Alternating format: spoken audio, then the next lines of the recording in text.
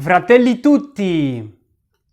Nous allons achever aujourd'hui la lecture de l'encyclique du pape sur la fraternité en lisant le chapitre 8, les religions au service de la fraternité dans le monde, les paragraphes 271 à 287. Le pape, dans ce chapitre conclusif, nous parle du dialogue entre les personnes religieuses. Ce dialogue, dit le pape, a pour but d'établir la paix. Mais cette paix ne peut être recherchée, établie, que lorsque la recherche de la vérité, dont il a parlé au chapitre précédent, est une quête du transcendant. C'est un paragraphe très important, au paragraphe 273, où le pape rappelle que la recherche de la vérité, la recherche du transcendant, peut établir la paix.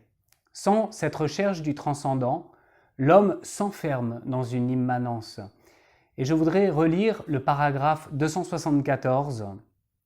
Nous croyons que lorsqu'au nom d'une idéologie, on veut expulser Dieu de la société, on finit par adorer des idoles, et bien vite aussi l'homme s'égare lui-même, sa dignité est piétinée, ses droits violés. Fin de citation. Le pape nous rappelle donc que sans Dieu, sans cette quête du transcendant, la conscience humaine est anesthésiée. Si la conscience est anesthésiée, les philosophies matérialistes divinisent finalement l'homme.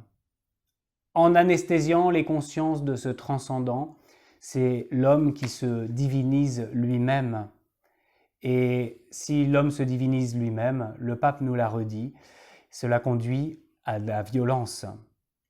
L'Église, elle, face à ce réflexe des sociétés modernes, ne s'enferme pas dans la sphère privée. L'Église a les mains ouvertes. Elle veut ouvrir ses mains pour accueillir les hommes. Et elle accueille aussi les autres religions qui sont des rayons de la lumière de Dieu. Ils ne sont pas la lumière de Dieu, mais qui sont des rayons de la lumière de Dieu, comme nous dit le pape. Et l'Église, quand elle contemple les autres religions, elle se rappelle qu'elle a pour mission d'incarner l'Évangile dans la société. Et le pape a une très belle expression, au paragraphe 278, il dit « L'Évangile est appelé à s'incarner en tout lieu de la société sans perdre la mélodie. Tout ce qui est humain nous regarde. » Il nous parle donc de la mélodie de l'Évangile qui s'incarne, de tout ce qui est humain qui regarde l'Église. Et le pape dit « L'Église, forte du pouvoir du ressuscité, veut enfanter un monde nouveau où nous serons tous frères. » Donc le pape ne dit pas du tout que n'importe quelle religion vaut n'importe quelle autre religion, mais bien que l'Église accueille les autres religions et qu'elle veut donner la puissance de l'Évangile pour qu'elle devienne la mélodie du monde.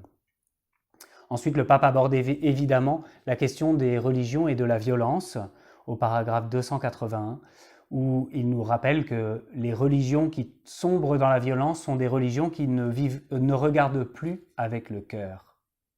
Alors comment regarder avec le cœur? Le pape nous donne une piste au paragraphe 282. Il nous dit, pour regarder avec le cœur, retrouvons l'identité profonde du chrétien qui est allé à la source de l'adoration du Dieu vivant et de l'amour du prochain. Ces deux principes qui sont les deux tables de la loi de Moïse, mais qui sont aussi les deux parties du Notre Père, qui sont aussi les deux poumons de notre spiritualité. Adorer le Dieu vivant et travailler à l'amour du prochain. Voilà l'identité du chrétien. Et si cette identité est perdue, alors nous sombrons dans une religion qui n'est plus la religion chrétienne. Les autres religions qui vivent dans la violence de petits groupes, le pape nous demande de faire intervenir des médiateurs pour que la violence cesse.